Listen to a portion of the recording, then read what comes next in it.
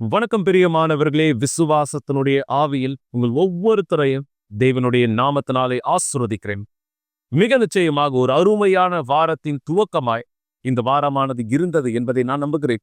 நீங்க கடந்து போகிற ஒவ்வொரு நாள் நீங்கள் எந்த பதிலுக்காக அல்லது எந்த காரியத்தினுடைய வெற்றிக்காக உங்களுடைய படிகளானதை எடுத்து வைக்கிறீர்களோ, தேவனானவராக இயேசு கிறிஸ்துவின் நாமத்தினாலே அந்த எல்லா காரியத்தினுடைய பதில்களை மிக நிச்சயம் அவருடைய விருப்பத்திற்கேற்றபடி நீங்கள் பதில்களாய் பெற்றுக்கொள்ள உங்களுக்கு வழிநடத்துதலை அவர் கொடுத்து ஆசீர்வதிக்கட்டும். ஒரு ஆர்வத்துக்குரிய விஷயத்தை உங்களோட நான் இந்த நேரம் பகிர்ந்து கொள்வதில் விரும்புகிறேன். பல மக்கள் வியாபியஸ்தர்களாக, பலகீனமானவராக, தோற்கடிக்கப்பட்டவராக அல்லது நிம்மதியை இழந்தவராக, சமாதானத்தை இழந்த ஒருவராய் தன்னுடைய வாழ்க்கையை வாழ்வதற்காக என்ன காரணம் அப்படின்னு நீங்க நினைக்கிறீங்க? எது காரணம்? மிக நிச்சயம் பலர் அப்படியான வாழ்க்கை விதத்தில் வாழ்ந்து கொண்டிருக்கிறார்கள். இன்னொருத்தர் மீது அவர்கள் சுமந்து கொண்டிருக்கிற அந்த கோபம் வெறுப்புணர்ச்சியாக திரும்புகிற காரணத்தினாலே. நான் சொல்ல வருது உங்களுக்கு புரியுதுங்களா? ஒருத்தர் மீது இருக்கக்கூடிய அந்த கோபம், அந்த மனஸ்தாபம் நாளடைவிலே வெறுப்புணர்ச்சியாக விதத்துல திரும்பின காரணத்தினாலே இனியும் அந்த நபரோடு அவர்கள் பேச விரும்பல, இனியும் அந்த நபர் அவர்கள் பார்க்க விரும்பல, இனியும் அந்த நபரை தன்னுடைய குடும்பத்தாரோ, நண்பரோ அல்லது கணவனோ, மனைவியோ அப்படின்னு சொல்லி அழைக்கக்கூடிய நேரத்தில் விரும்பலையே. சில நேரம் பிள்ளைகள் மத்தியிலே கூட.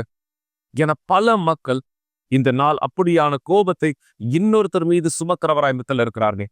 அந்த கோபம் நாளடைவிலே நான் சொன்ன பிரகாரம் வெறுப்புணர்ச்சியாக, இப்படியான வெறுப்புணர்ச்சி பலர் வியாதியா இருப்பதற்கான காரணம். இதை நீங்க இந்த நம்ப முடியுமா? ஆம், பல மக்கள் வியாதி அடைவதற்கான காரணம் இதுதான். ஏன்னா அந்த வெறுப்புணர்ச்சி அவர்களுடைய இருதயத்திலே அவர்கள் சுமக்கிறார்கள். அந்த கோபம், அந்த எண்ணம் அவர்களுக்குள்ளாக அவர்களை பலகீனப்படுத்துகிறது, அவர்களது இயல்பான வாழ்க்கையை பாதிக்கிறது. ஆனா தேவனானவராக இயேசு இங்கு செய்த இந்த செயலானது எவ்வளவு அருமையானதுன்றது இந்த இடத்துல பாருங்க. ஆண்டவராக இயேசு நமக்கு இந்த இடத்துல தேவனாய் இருந்தா, அவருடைய வழியை நாம் பின்பற்ற தேர்ந்தெடுத்த ஒருவராய் இந்த இடத்துல இருந்தா, இங்கு இயேசுவானவர் சொல்லியிருக்கிற இந்த வார்த்தை எவ்வளவு பலனானதுன்றத பாருங்க. உங்க எல்லோருக்குமே தெரியும், சிலுவையில் இயேசு ஆணியிலே அறையப்பட்டார். சிலுவையிலே அறையப்பட்டார். நான் சொல்றது சரியா?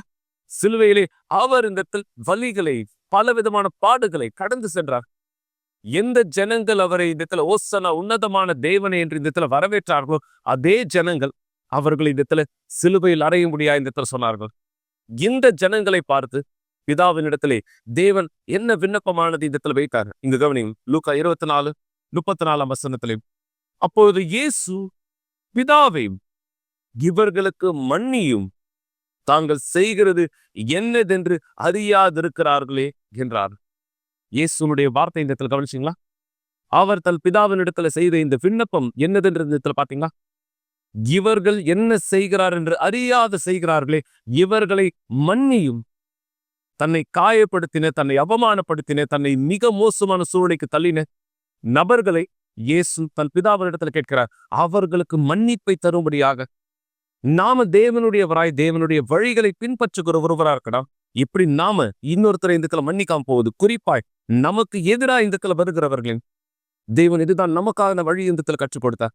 இந்த நேரம் இது குறித்து நான் தொடர்ந்து உங்களோடு பேசுவதற்கு முன்பாக, இந்த நபருடைய வாழ்க்கையில் தேவன் எப்படியாக இந்த வேலை செய்தார், இவருக்கு இருந்த அந்த கோபம் எப்படியாக தேவனுடைய வழியில் மாற்றப்பட்டது, தேவன் இவருடைய வீட்டுக்குள்ளாக அந்த சமாதானத்தை எப்படியாக கொண்டு வந்தார், இந்த சாட்சியை பாருங்கள். இப்பொழுதே நான் ரொம்ப கோவப்படுவேன். நான் ரொம்ப கோவமா இருந்தேன். நான் என்னுடைய படுக்கைக்கு தூங்க போகும்போது தலைக்காணி கீழே எப்பவுமே கத்தியோடு தான் படுப்பேன். ஒருவேளை என் மாற்றான் தந்தை என்னை தாக்க முயற்சி செய்தா நான் கொலை செஞ்சிருவேன் அவரை.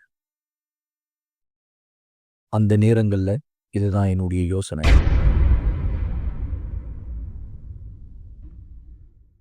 எல்லோருக்கும் வணக்கம். என் பேர் மர்சேலோ. எனக்கு 52 வயசாகுது. 1987 தான் யூனிவர்சல் ஆலயத்துக்கு நான் வந்தேன். 1993 தான் நான் இயேசுவை என் வாழ்க்கையில கண்டறிந்தேன். நான் 6 வருஷமா ஆலயத்துக்குள்ளேயே இருந்தேன், தொலைக்கப்பட்ட ஒரு ஆளா. ஏன்னா என்னுடைய மாற்றான் தகப்பன் மேல எனக்கு வெறுப்புகள் இருந்துச்சு. என்னுடைய தாயின் மீதும் எனக்கு வெறுப்பு இருந்தது. என்னை என்னுடைய மாற்றான் தகப்பன் தான் என்னை வளர்த்தார். ஏன்னா என்னுடைய தாய் தகப்பனுக்கு விவாகரத்து ஆயிருந்தது. அந்த நேரம் நான் குழந்தையா இருந்தேன். அது எனக்கு ரொம்ப ஒரு கஷ்டமான ஒரு குழந்தை பருவம். என்னுடைய வாழ்க்கை ஒரு மிகவும் அழவுள்ள ஒரு வாழ்க்கையா இருந்துச்சு. என்னுடைய வீட்ல ஒரு நாளும் சண்டை. என்னுடைய மாற்றான் தகப்பனால. அவர் என்னுடைய காதுகள பிடித்து ரொம்ப அதிகமா இழுப்பார். அதனால 80% கேட்கும் திறன நான் இழந்துட்டேன். அதனால நான் ரொம்ப அதிகமா எதிர்ப்படைஞ்சேன். என்னுடைய சொந்த வீட்லயே என்ன அதிகமா அவமானப்படுத்துவாங்க. எல்லாவற்றையும் விட எனக்கு அதிகமா வலிய ஏற்படுத்தின ஒன்று, என் அம்மா எனக்கு சார்பா எப்பவுமே பேசுனதே கிடையாது. என் அம்மாவுடைய எண்ணம் என்னன்னா, மாற்றான் தகப்பனோட அவங்க எப்பயுமே சமாதானமா இருக்கணும். என்ன வெறுக்க ஆரம்பிச்சுட்டாங்க. சில நேரத்துல நான் மறைஞ்சு நின்னு அவங்க கிட்ட பேசுவேன். நாங்க 2 பேருமே பேசிட்டு இருக்கிறத அவரு கேட்டாருன்னா, இல்ல பார்த்தாருன்னா, அவங்க 2 பேருக்குள்ள ஒரு பெரிய சண்டை நடக்கும். எனக்கு ஒரு விஷயம் ஞாபகம் இருக்கு. நான் அவங்க கிட்ட இந்த வார்த்தைய சொன்னேன். "நீ எனக்கு அம்மாவா இருக்கிறதுக்கு பதிலா, வேறு ஒருத்தருக்கு மனைவியா இருக்கிறியே" அப்படின்னு நான் கேட்டேன். என்ன ஒதுக்குறாங்க அப்படின்றத நான் பார்க்கும்போது, எனக்கு அது ரொம்ப வலி தரக்கூடிய ஒன்றா இருந்தது. சில நேரங்கள்ல மதியான உணவு சாப்பிடும்போது, என்னுடைய மாற்றான் தந்தை வந்து சொல்லுவாரு, "அந்த தட்டு சாப்பாடு சாப்பிடுறதுக்கு கூட உனக்கு தகுதி கிடையாது." அவர் என்ன "நீ ஒண்ணுத்துக்கும் பிரயோஜனமாக மாட்டேன்னு" சொல்லுவாரு. திருடன் சொல்லுவாரு. போதை பையன் சொல்லுவாரு. என்னுடைய முகத்துல தண்ணிய தூக்கி அடிப்பாரு நான் சாப்பிட்டுட்டு இருக்க அந்த நேரத்துல. இதையெல்லாம் பார்க்கும்போது என்னுடைய அம்மா எதுவும் சொல்ல மாட்டாங்க. அவர் என்ன அறைவாரு. அவர் என்ன உதைப்பாரு. அவர் என்ன அடிப்பாரு. இது எல்லாமே அவர் செஞ்சாலும் யாரும் அவர் என்னன்னு கேட்க மாட்டாங்க. நெறைய முறை என்ன கழிவறையில வச்சு பூட்டிடுவாரு. என்ன நெறைய முறை முட்டி போட சொல்லுவாரு. குறிப்பா சோளம் விதையில முட்டி போட சொல்லுவாரு என்ன. செவுத்த பார்த்து திரும்பிக்கோன்னு சொல்லுவாரு. அதுக்கப்புறம் என்கிட்ட சொல்லுவாரு, நான் கதவ திறந்து வரும்போது, "நீ இதே மாரி இல்லன்னா, நான் திரும்பி வரும்போது இன்னும் மோசமான காரியத்த நான் பண்ணுவேன்." அப்படின்னு சொல்லுவாரு. அதுக்கப்புறமா இன்னும் சில காலம் கழித்து, ஃப்ரிட்ஜுக்குள்ள இருக்கக்கூடிய பொருளை எடுத்து சாப்பிடுறதுக்கு எனக்கு உரிமை குடுக்கல. இது எல்லாத்தையும் நான் சுருக்கி சொல்லணும்னா, என்னுடைய வீட்டுக்குள்ள நான் இருக்கும்போது நரகத்துக்குள்ள இருந்த மாரி இருக்கும். நான் சில நேரத்துல வெளிய போயிட்டு திரும்பி வரும்போது காலதாமதமா வருவேன். ஏன்னா காலதாமதமா வரும்போது தான் எல்லாருமே வீட்டுக்குள்ள தூங்கி இருப்பாங்க. காலையில நான் ரொம்ப சீக்கிரமா எழுந்து முதல் ஆளா வெளிய போயிடுவேன். நான் அப்படி வெளிய போனா தான் நான் அவர்கிட்ட அடி வாங்க மாட்டேன். நான் ரொம்ப கோவமா இருப்பேன். நான் ரொம்ப கோவமா இருப்பேன். அந்த நேரத்தில் தான் நான் தூங்கும்போது என்னுடைய படுக்கையின் கீழ நான் கத்திய வச்சுப்பேன் எப்பயுமே. அவர் என்ன மறுபடியும் தாக்க வந்தார்னா, நான் அவர கொன்னுடுவேன் அதே இடத்துல. இதுதான் அந்த நேரம் என்னுடைய யோசனைகள ஓடிட்டு இருந்தது. நான் எந்த நேரமா இருந்தாலும் அவர கொலை செய்ய தயாரா இருந்தேன். உங்களுக்கு தெரியுமா? ஒரு நாள் நான் ஸ்கூல் முடிச்சுட்டு வீட்டுக்கு வரும்போது, என்னுடைய மாற்றான் தகப்பன் என்னுடைய அம்மாவ அடிச்சிட்டு இருந்தாரு. நான் அப்ப பக்கத்துல இருந்த அயர்ன் பாக்ஸ் எடுத்து அவர் முதுகு மேல வச்சு அவர எரிச்சுட்டேன். அந்த நாள் உண்மையாவே ரொம்ப அதிகமா சண்டை போட்டாரு எங்களோட. நான் தீர்மானிச்சேன், என்னுடைய வீட்ட விட்டு நான் வெளிய வரேன். உறவினர்கள் வீட்லயோ, இல்ல நண்பர்கள் வீட்லயோ, இல்ல யாரெல்லாம் எனக்கு இடம் குடுக்க போறாங்களோ, நான் தங்க தயாரா இருந்தேன். அந்த நாட்கள் தான் எனக்கு தெரிஞ்சது, வாழ்க்கை எந்த அளவுக்கு கஷ்டம், எந்த அளவுக்கு வாழ்க்கை கடினம். அந்த நேரத்துல நான் போதை பழக்கத்துக்கு அடிமையா இருந்தேன். நான் கொக்கைன், மரிவானா, போதை இது எல்லாத்தையும் பயன்படுத்துவேன். இது எல்லாத்தையும் விட மோசமானது என்னன்னா, நான் மாந்திரீகம் செய்றவங்களோட போய் சேர்ந்தேன். நாங்க பேய்களோட ஒரு பொருத்தனை பண்ணேன். அந்த பொருத்தனையில என்னுடைய கைய, கால அங்கங்க கட் பண்ணியிருப்பாங்க. என்னுடைய நெஞ்சில, என்னுடைய முதுகு பின்னாடி, என்னுடைய தலையில கூட. அதுக்கப்புறமா என்னுடைய 18 வயசுல நான் ஆர்மியில சேர்ந்தேன். இது தொடங்கி என்னுடைய வாழ்க்கை நிலை வந்து மோசமாச்சு. நான் மன அழுத்தமாச்சு. நான் என்ன நானே கொலை செய்யலாம்னு நெனச்சேன். மன அழுத்தத்தினால, வெறுத்ததுனால, என்னால அத கையாள முடியல. அதிகமா இருந்தது. நான் தேவன நம்பிட்டு இருந்தேன். தேவனுக்கு மகிமை. அந்த நேரத்துல நான் தற்கொலை செய்ய தேவன் என்ன அனுமதிக்கல. அந்த தருணத்தில் தான் நான் யுனிவர்சல் ஆலயத்த குறித்து கேள்விப்பட்டேன். அங்க நான் போயிட்டு இருக்கும்போது, அங்க இருக்கக்கூடிய பிஷப் ரெனாட்டோ மதுரு, அவர் என்னுடைய அப்பா மாரி என்ன பார்த்துக் கொண்டார். கண்டிப்பா என்னால அவர மறக்க முடியாது. என்னால முடியாது. என்ன பார்த்துக் கொண்டாரு ஒரு தந்தைய மாரி. எனக்கு தாய் தகப்பனுடைய அன்பு, பாசம்னா என்னன்னு தெரியாது. ஆனா இது எல்லாத்தையும் அவர் எனக்கு காமிச்சார். அப்போ நான் ஆலயத்துல இருந்து கொஞ்ச நாட்கள் இருந்தது. ஆலயத்துல கொஞ்ச நாள் இருந்த பிற்பாடு கூட எனக்கு கோவம் வந்தது. இவர் மேல கோவம் வந்தது. ஏன்னா, இவர் அங்க மன்னிப்ப பத்தி பேசுவாரு. மனம் திரும்புதல பத்தி பேசுவாரு போதிக்கும்போது. நான் ஏத்துக்கிற மாதிரி ஆமேன்னு சொல்லுவேன். ஆனா என் மனசுக்குள்ள ஒரு கேள்வி இருக்கும். வேற எதுவுமே இவர்கிட்ட இல்லையா போதிக்க? உண்மையா இவருக்கு போதிக்க வேற எதுவுமே இல்லையா? என்னுடைய சூழ்நிலை மட்டும் தான் இவருக்கு தெரியுமா? வேற எதுவுமே போதிக்க கிடையாதா இவர்கிட்ட? எல்லா நாளும் அதே வார்த்தை. எனக்கு தெரியும் பரிசுத்த ஆவி அந்த நேரம் இவர பயன்படுத்திட்டு இருந்தாரு ஏற்கனவே எனக்கு உதவி செய்ய. ஒரு நாள் நான் போதை ரொம்ப அதிகமா போட்டுட்டேன். போதையில தான் இருந்தேன். அவர் என்கிட்ட வந்தார்.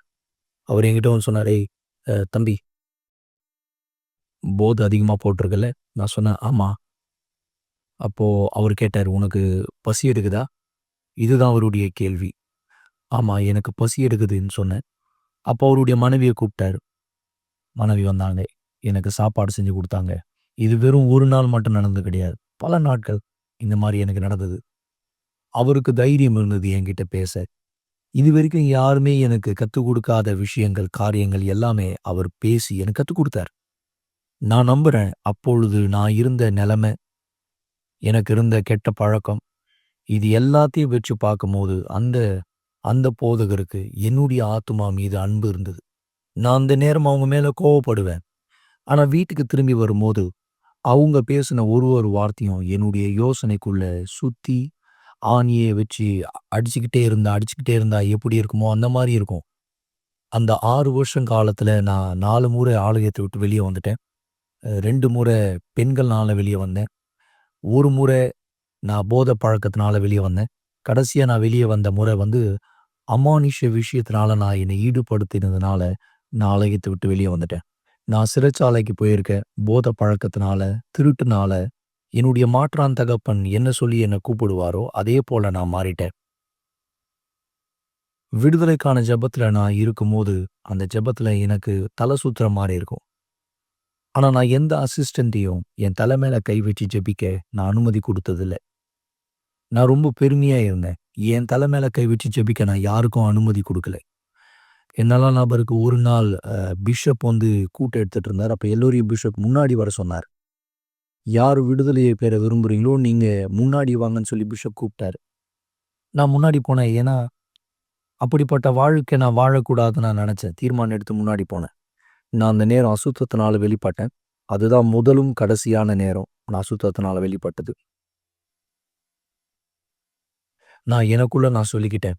நான் இனிமேலும் ஆலயத்த விட்டு வெளிய போம்போதும், அசுத்தத்தினால வெளிப்பட்ட ஒரு நபரா வெளிய போமாட்டேன். இல்ல இது முடிந்தது. ஒரு ஞாயிற்றுக்கிழமை, அது தந்தையின் நாளா இருந்தது. அந்த நாள்ல திருவிருந்து குடுக்கப்பட்டது அந்த நாள்ல. எனக்கு நல்லா நினைவு இருக்கு. அந்த நாள் நான் தீர்மானித்தேன். தேவனுக்காக என் வாழ்க்கை குடுப்பேன். தண்ணீர்ல ஞானஸ்நானம் எடுக்க தீர்மானித்தேன். அந்த நாள் என்னுடைய கடந்த வாழ்க்கை எல்லாத்தையும் நான் விட்டுட்டேன். நான் அந்த நேரங்கள்ல ஏற்கனவே என் வீட்ட விட்டு நான் தனியா தான் வாழ்ந்துட்டு இருந்தேன். ஆனாலும் நான் தீர்மானம் எடுத்தேன். நான் அவங்க வீட்டுக்கு போனேன். போய் அவங்க முன்னாடி, என் தாய் முன்னாடி, என் மாற்றான் தகப்பன் முன்னாடி நான் மன்னிப்பு கேட்டேன். அந்த நேரம் என்னுடைய அம்மா ரொம்ப சந்தோஷமா இருந்தாங்க. நான் கிட்டத்தட்ட 3, 4 வருஷம் இல்ல அதுக்கு மேல அதிகமா, ரொம்ப வருஷம் கழிச்சு அவங்கள போய் பார்க்க போனேன். நான் அவங்க கிட்ட "எங்க அப்பா?" அப்படின்னு கேட்கும்போது, அவங்க ரொம்ப பயந்தாங்க அத சொல்றதுக்கு கூட. அவங்க என்ன நெனச்சாங்கன்னா, நான் அங்க வந்ததுக்கான காரணம், அவர் ஏதாவது செய்ய போறேன் அப்படின்றதுக்காக நெனச்சாங்க. அதனால அவங்க என்கிட்ட சொல்லல. கற்பனை பண்ணி பாருங்க. 3 வருஷம் நான் அவங்கள விட்டு தூரமா இருந்தேன். என்கிட்ட கெஞ்சி கேட்டுக்கினாங்க, "இங்கேருந்து போயிடு நீ" அப்படின்னு சொன்னாங்க. ஆனா நான் அங்கருந்து நேரடியா அவருடைய படுக்கை அறைக்கு போயி, அவர அங்க பார்த்து அங்க சொன்னேன், "அப்பா, என்ன மன்னிச்சிருங்க. நான் உங்கள மன்னிச்சுர்றேன்." அந்த நேரம் தந்தையின் தினம்ன்றதுனால நான் அவருக்கு வாழ்த்துக்கள் கூட செஞ்சேன். எனக்கு நல்லா ஞாபகம் இருக்கு. அதுக்கப்புறமா நான் அவர்கிட்ட கேட்டேன், "உங்களுடைய மன்னிப்புக்காக என்ன மன்னிச்சிருங்க. என்ன மன்னிச்சிருங்க. எனக்கு தெரியும், நீங்க எதிர்பார்த்த பையனா நான் இல்ல." அவருக்கு சொல்ல வார்த்தையே இல்ல. அவரு என் கைய குலுக்குனாரு. நான் அங்கருந்து போயிட்டேன். என் மனசாட்சி சமாதானத்தோட நான் அந்த இடத்த விட்டு வந்துட்டேன். அதுக்கப்புறமா என்ன ஆச்சுன்னா, 6 வருஷமா என்ன நடக்கலையோ, 11 மாசத்துல நடந்துச்சு. என்னுடைய விடுதலைய நான் பெற்றுக்கொண்டேன் முழுமையா. நான் பரிசுத்த ஆவிய பெற்றுக்கொண்டேன். அப்போ என்ன ஆலயத்துல துணையாளரா அழைத்தாங்க. நான் துணையாளரா மாறினேன். அந்த நாள் எனக்கு நல்லா ஞாபகம் இருக்கு. நான் பரிசுத்த ஆவியால ஞானஸ்நானம் பெறப்பட்டது. எனக்கு ரொம்ப அருமையான ஒரு நாள். எனக்கு எப்போ, எங்க நடந்தது, நான் எங்க உக்காந்துட்டு இருந்தேன், இது எல்லாமே எனக்கு தெரியும். அது புதன்கிழமை. சில பேர் சாட்சி கொடுக்கும்போது ஞாயிற்றுக்கிழமை பெற்றதா சொல்லுவாங்க. ஆனா எனக்கு அது வித்தியாசமா நடந்தது. எனக்கு நடந்தது புதன்கிழமை 7 மணி கூட்டத்துல நடந்தது. பிஷப் மசீத தான் அந்த கூட்டத்த எடுத்துட்டு இருந்தார். அவர் அந்த நேரம் ஒரு பாட்டு பாடினார். நான் தேடுவேன் ஆவி என்னும் கடலில். இது எனக்கு மிகவும் புடிச்ச ஒரு பாடல். மிகவும் புடிச்ச ஒரு பாடல். அதன் பிற்பாடு நான் பீடத்து மேல ஊழியம் செய்ய அழைக்கப்பட்டேன். நான் சென்றேன்.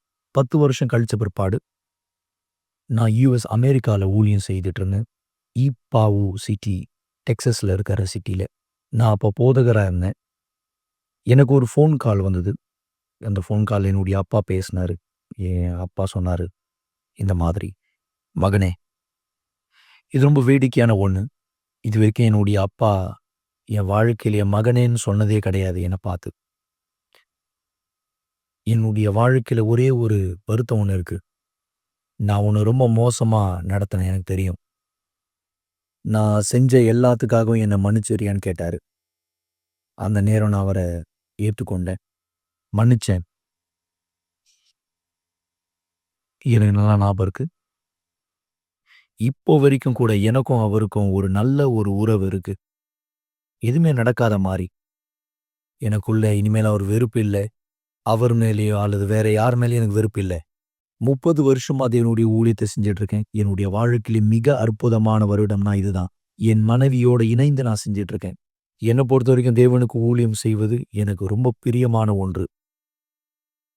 உங்க எல்லார்கிட்டயும் நான் இத சொல்றேன். எந்த அளவுக்கு தேவன் வல்லமை உள்ளவர். நீங்க எப்போ உங்களுடைய இருதயத்தை திறந்து உங்கள நீங்க அர்ப்பணிக்கிறீங்களோ அவருக்காக, உங்க முழுசா அர்ப்பணிக்கிறீங்களோ, அவர் வாக்குத்தத்தம் குடுத்திருக்கார். உங்களுக்கு புதிய வாழ்க்கை தர்றதா. அவ்வளவுதான்.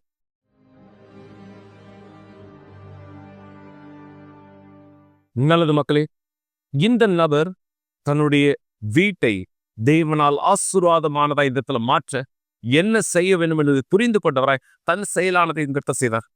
நீங்க யார் இந்த நேரம் இந்த நிகழ்ச்சியை பார்த்துட்டு இருக்கீங்களோ, உங்களுக்கு மிகவும் பொறுமையாக நீங்க எல்லோரும் இந்த வார்த்தை இந்த இடத்துல கவனிக்க விருப்பத்தை வைத்து நான் சொல்கிறேன். உங்க இருதயமானதை சோதிச்சு பாருங்க. உங்க இருதயமானதை சோதிச்சு பாருங்க. நீங்க எப்படியான ஒருவராய் வாழ்கிறீர்கள்? உங்களுடைய இருதயம் எப்படியான ஒன்றாயுதத்தில் இருக்கு? ஒருவேளை நீங்க அப்படியாக சோதிக்கும் பொழுது நீங்க சொல்றீங்கன்னா, பாஸ்டர் நீங்க சொன்னது சரிதான், நான் கோபமுடையவனா இடத்தில் இருக்கிறேன். அந்த விருப்புணர்ச்சி எனக்குள்ளாக இடத்தில் ஆழமானதா இடத்துக்கு இருக்கிறது. அந்த நபரை நான் பார்க்க முடியல. அந்த நபரோட பேரை கூட நான் கேட்க முடியல. இந்த நேரம் இயேசு உங்களுக்கு வாய்ப்பானதை தருகிறார். உங்கள் இருதயத்தை சுத்தமாக்கிக் கொள்ள. என வெறுப்புணர்ச்சி நீங்க இன்னொருத்தர் மீது உங்களுக்குள்ளாக சுமந்துட்டு இருக்கும் பொழுது புரிந்து கொள்ளுங்கள், அந்த நபருக்கு நீங்க எந்த கெடுதலும் செய்யல. உங்களுக்கு நீங்களே கெடுதல் செய்து கொள்கிறீர்கள். ஆம், அந்த நபர் அந்த வெறுப்புணர்ச்சினால பாதிக்கப்படுவதில்லை. நீங்கள் உங்களை அந்த வெறுப்புணர்ச்சியினாலே பாதிப்படைய செய்கிறீர்கள். எனவே தேவன் உங்களுக்கு இந்த இடத்தில் கொடுத்திருக்கிற அந்த வாய்ப்பை பயன்படுத்தி கொண்டவராய், உங்களுக்கு தேவன் கொடுத்திருக்கிற வழியை பயன்படுத்துகிறவராய் அவருக்கு அனுமதியானது கொடும். இந்த விசுவாசத்தினா உங்களோடு சேர்ந்து ஜெபிப்பதற்கு முன்பாக இன்னொரு அருமையான சாட்சி. இந்த நபரும் எப்படியாக தன் விசுவாசத்தை, புத்தியுள்ள விசுவாசத்தை பயன்படுத்தி தன் சூழலை வாழ்க்கையிலே மாற்றிக்கொண்டார் என்ற சாட்சியை பாருங்கள் இப்பொழுது. வணக்கம், என் பேர் விக்னேஸ்வரி. நான் ஒரு பிரச்சனையை சந்தித்திருந்தேன். அதனால இந்த ஆலயத்துக்கு நாங்க வந்தோம். அப்போ எங்க அண்ணா ஒரு கெட்ட பழக்கத்தான் அடிமையா இருந்தாரு. ஆலயத்துல இருந்து ஒரு நபர் வந்து எங்களுக்கு சவாலானது வச்சிருந்தாங்க. 7 வெள்ளிக்கிழமை தொடர்ந்து வாங்க அப்படின்னு சொல்லி. அங்க 7 வெள்ளிக்கிழமை வந்து தொடர்ந்து நாங்க வந்திருந்தோம். அப்போ நாங்க வந்து எங்க அண்ணனுடைய வாழ்க்கையில வந்து நாங்க ஒரு வித்தியாசமானதை நாங்க பார்த்தோம். அப்போ நான் வந்து தீர்மானிச்சேன், ஆமா உண்மையா எங்க தேவனானது இருக்காரு அப்படின்னு சொல்லி நான் தீர்மானிச்சேன். அப்போ என்னுடைய வாழ்க்கை கண்டிப்பா இங்க ஒரு தீர்மானம் கிடைக்கும் நான் நம்பினேன். அப்போ என்னுடைய வாழ்க்கையை வந்து நான் தேவன்கிட்ட கொடுக்கணும் அப்படின்னு என்னோட வாழ்க்கையை தீர்மானிச்சேன். நான் வந்து முதலாவது ஆலயத்துக்கு வரும்போது நான் வந்து கெட்ட பழக்கத்துல வந்து அடிமையா அந்த கெட்ட பழக்கம்னா கெட்ட வார்த்தை பேசுவேன். எனக்கு அதிகமா கோவம் வரும். கோவத்தினால எங்க அண்ணன்ட்ட வந்து நான் வந்து கத்தியால குத்துன அளவுக்கு நான் போயிருந்தேன். ஸோ எனக்கு அந்த அளவுக்கு வந்து எனக்கான கோபமானது வரும். ஸோ அந்த மாதிரி ஒரு பெண்ணாக தான் நான் இருந்தேன். அதே மாதிரி எனக்கு ஒரு பாலியல் துன்புறுத்தல் வந்து சின்ன வயசுல நடந்திருந்தது. அதனால எந்த ஆண்களையுமே வந்து நான் வந்து சரியா வந்து நடத்தவும் மாட்டேன். எனக்கு வந்து பேசவோ பழகவோ எனக்கு பிடிக்காது. ஸோ ஆலயத்திலயுமே நான் வந்து அப்படிதான் நான் இருந்தேன். அப்போ நான் வந்து இது எல்லாமே மாற்றிக்கணும் அப்படின்னு வந்து நான் நினைச்சேன். எப்படி மாறணும் அப்படின்னு எனக்கு தெரியாது. ஆனா எனக்கு இங்க இருந்தவங்க உதவி செஞ்சாங்க. என்னுடைய வாழ்க்கை மாறும் அப்படின்னு சொல்லி. அப்போ நான் வந்து தீர்மானமானது எடுத்தேன். என்னுடைய வாழ்க்கையை வந்து கண்டிப்பா தேவனிடத்துல கொடுக்கணும் அப்படின்னு சொல்லி. நான் வந்து நினைச்சேன், தேவனே என்னுடைய வாழ்க்கை வந்து இதே போல இருக்கக்கூடாது அப்படின்னு சொல்லி என்னுடைய வாழ்க்கையை முழுமையா தேவனுடைய கருத்துல ஒப்பு கொடுத்தேன். நான் வந்து இப்ப தேவன் சொன்னாரு, இது எல்லாமே என்னுடைய கருத்துல நீ கொடுத்தால் மட்டும்தான் உனக்கு பரிசுத்தான கிடைக்கும் அப்படின்னு சொன்னாரு. ஆலயத்துல ஒரு நோக்கமானது இருந்தது. அதுல நான் கலந்து கொண்டேன்.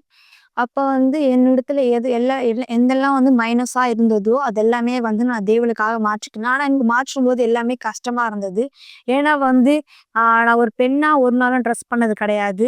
ஒரு ஆணாக தான் நான் ட்ரெஸ் பண்ணியிருப்பேன். என்னோட ட்ரெஸ்ஸு, பேண்ட், அதுக்கப்புறம் வந்து என்னோட முடி வந்து ஹேர் ஸ்டைல் கட் பண்ணி தான் இருப்பேன்.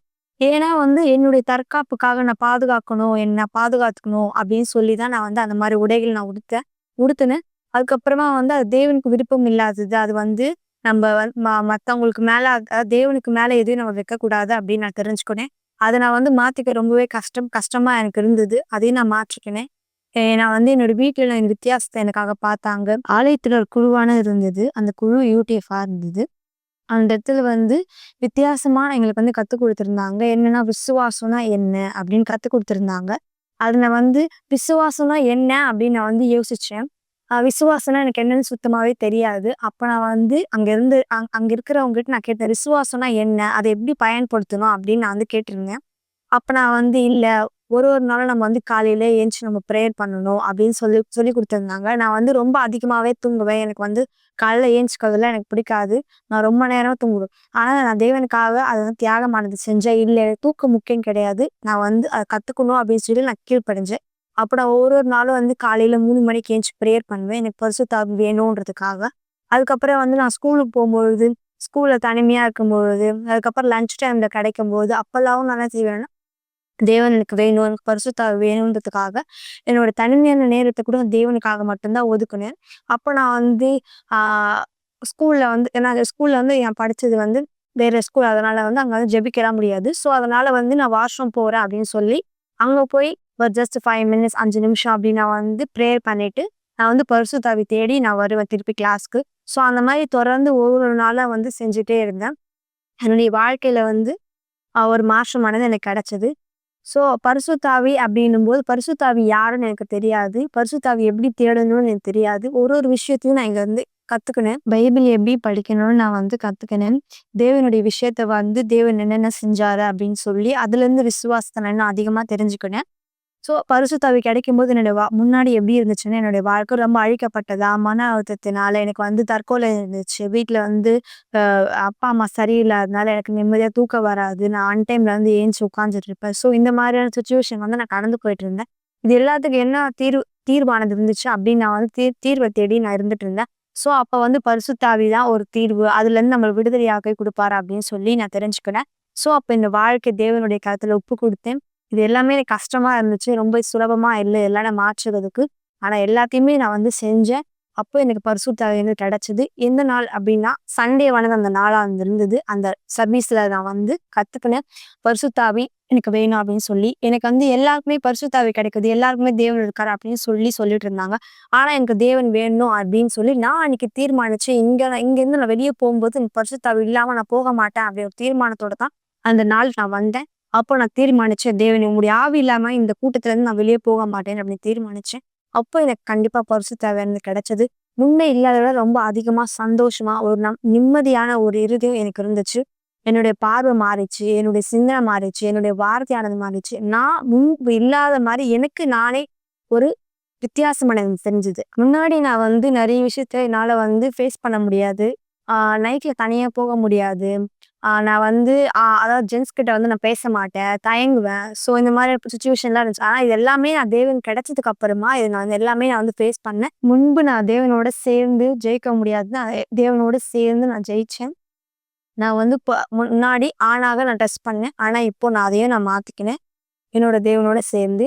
என்னுடைய ஆலயத்துல எங்க அண்ணனும் ஆலயத்துக்கு வராரு. எங்க அம்மாவும் ஆலயத்துக்கு வராங்க. இப்போ நாங்க தேவனோடு முன்னோக்கி செல்றோம்.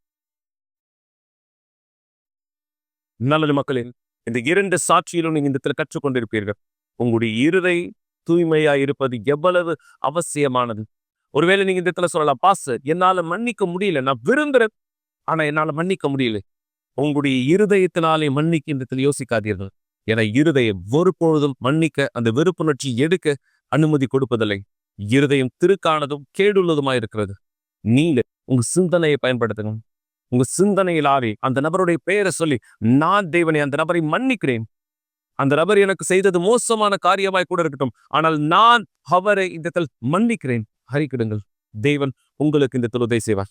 என தேவன் நம் ஒவ்வொருவருக்குமே மிக சிறந்த திட்டத்தை வைத்திருக்கிறார். தேவன் நம்முடைய தகப்பனாய் நம்முடைய வாழ்க்கையை அவர் அவ்வளவு அதிகமாய் ஆசீர்வதிக்க இந்த இடத்தில் விரும்புகிறார். தகப்பன் தன் பிள்ளைகளுக்கு சிறந்ததை இந்த இடத்தில் விரும்புகிறார். இந்த வீடியோ பாருங்க, நீங்க புரிந்து கொள்வீங்க. பிற்பாடு நான் உங்களோடு இணைந்திருப்பேன். தேவன் இந்த பலனை உங்களுக்கு கொடுக்கும்படியாக இந்த ஜெபத்தை உங்களோடு சேர்ந்து செய்யும்படியாக. பிள்ளைகளுக்கு செய்ய தெரிகிற ஒரே விஷயம் கேட்பது. அதுதான் அவங்களுடைய வாழ்க்கையினுடைய துவக்கமா இருக்கு. ஒருவரிடத்தில் கேட்கிற இந்த பழக்கம் அதிக கடினம் உள்ள வேலை கிடையாது. விசேஷமாக நமக்கு தேவையான ஒன்றை நம்மோடு நெருக்கமா இருப்பவர்களிடத்தில் கேட்பது. உதாரணமாக, ஒரு தகப்பனிடத்தில் நாம் கேட்கிற பொழுது, பிள்ளைகள் கேட்பதின் பட்டியல் எவ்வளவு பெரியதாக இருந்தாலும் ஒரு தகப்பனுக்கு தெரியும் தன்னுடைய பிள்ளைக்கு எது நல்லது என்றும் தன்னுடைய பிள்ளைக்கு எது தேவை என்றும். இந்த காரணத்தினால்தான் சில விண்ணப்பங்கள் இன்னும் பதிலளிக்கப்படாமல் போகிறது, ஆனால் சில விண்ணப்பங்களுக்கு பதில் கிடைக்கிறது. எந்த தகப்பனுக்கு தான் சந்தோஷம் இருக்காது தன்னுடைய பிள்ளை நல்ல விஷயங்களில் சந்தோஷத்தை அனுபவிக்கும் பொழுது? துரதிருஷ்டவசமாக உங்களால் கற்பனை செய்ய முடிகிறதா எந்த அளவுக்கு தன்னுடைய மகன் யோசிக்கிறான், அதாவது ஒரு தகப்பன் நான் நல்லதை அனுபவிக்க வேண்டும் என்று விரும்பவில்லை என்பது? உண்மையாகவே தேவனை விட அதிகமாக எந்த தகப்பனும் தன்னுடைய பிள்ளைக்கு சிறந்ததை கொடுக்க யோசிக்க கூட முடியாது. அவருடைய வார்த்தையை நீங்கள் கவனித்திருக்கிறீர்களா? 8000 வாக்கு தத்தங்கள் நிறைந்த அவருடைய வார்த்தை உங்களால் கற்பனை செய்ய முடியுமா? வாழ்க்கையினுடைய எந்த பகுதியிலும் சரி, அது தன்னுடைய பிள்ளைக்கென்று வரும்பொழுது தேவன் அதில் கவனம் கொடுக்காமல் இருந்ததே கிடையாது. அவருடைய திட்டத்தில் எல்லாவற்றையுமே அவர் அறிந்திருக்கிறார். தேவனோடு பேச தொடங்கி இருந்தேன். அங்கு தேவன் என் மேல இறங்கின பொழுது, தேவனுடைய சிந்தனை எனக்குள்ளாக இந்த இடத்துல வந்த போது, தேவனுடைய ஆவியின் அபிஷேகம் எனக்குள்ளாக இந்த இடத்துல வந்த போது, தேவன் உறுதிப்படுத்தினார், இப்பொழுது நீ என்னுடைய மகனாக இந்த இடத்துல இருக்கன்ட்டு, இப்பொழுது நீ என்னுடைய பிள்ளையாக இருக்க. அதுதான் உறுதியாக எனக்கு கிடைச்சது. நான் இந்த இடத்துல நினைச்சேன், நான் கைது செய்யப்பட்டு சிறையில கூட இந்த இடத்துல இல்லை, நான் வெளியே இருக்கிறது போல உணர்ந்தேன், சுதந்திரமா இருக்கிறது போல நான் உணர்ந்தேன்.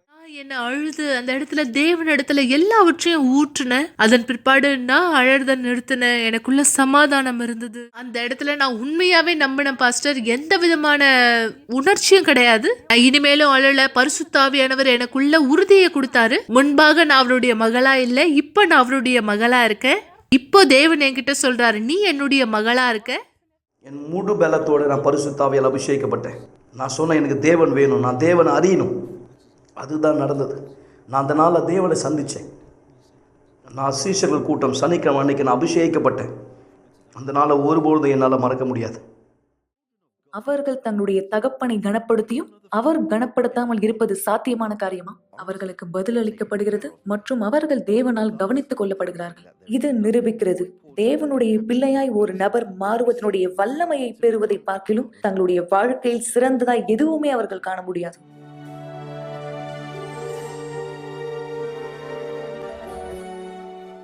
ஜெபம் தேவனுடனான நம்முடைய தொடர்பாகும்.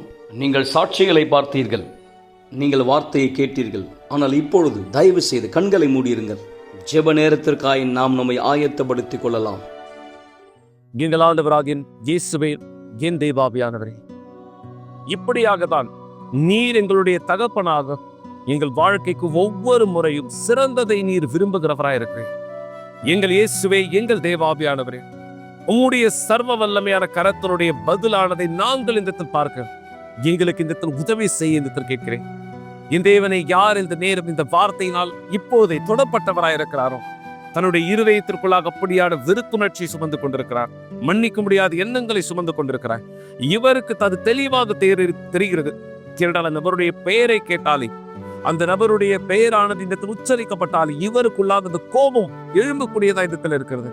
இதோ என் தேவனை, இவருடைய இருதயத்தினால சிந்தனையினாலே தெளிவான வழியை இந்த புரிந்து கொண்டு உம்முடைய வழிகளில் இவர் இந்த தேவனை மன்னிக்கும்படியாக அந்த நபரை இந்த இப்பொழுதே எல்லா விதமான வழிகளிலிருந்து விலக்கி உம்முடைய வழிகளில் என் தேவனை ஆசீர்வதிக்கும்படி இவர் தன் வாயினாலே அவரை ஆசீர்வதிக்க இவருக்கான பலனை இந்த கொடுக்கும்படியாக கேட்கிறேன். ஆம் இயேசுவே, எங்கள் தேவாவியானவரே, எங்கள் இருதயத்தினுடைய தூய்மையை நீர் விரும்புகிறீர். எங்கள் இருதயம் சுத்தமாயிருக்கும்படியாக, எங்கள் வாழ்க்கை சுத்தமாயிருக்கும்படி என் தேவனை ஆண்டவராக இயேசுவே, எதுவெல்லாம் இவருடைய வழிகளில் பலகீனங்களை, பிரச்சனைகளை, கடினங்களை கொண்டு வருகிறதோ எல்லா சூழ்நிலைகளில் மாற்றும் இயேசுவே நீ சொன்ன வார்த்தையை போல பிதாவே, இவர்கள் என்ன செய்கிறார்கள் என்று தெரியாத செய்கிறார்கள், இவர்களை மன்னியும். இதோ என் தேவனே, யார் உமக்கு விரோதமாய் வந்தார்களோ, யார் இந்த மக்களுக்கு விரோதமாய் வந்தார்களோ, எந்த அப்படியான சூழலை இந்த நடந்திருக்கலாம். ஆனால் நீர் மன்னிப்பீராக, அவர்களுக்கான வாய்ப்பை தருவீராக. அவர்களது வாழ்க்கை உன் கைகளில் ஒப்படைக்கிறேன். எல்லாவற்றிலும் உங்களுடைய சித்தம் நிறைவேறட்டும்.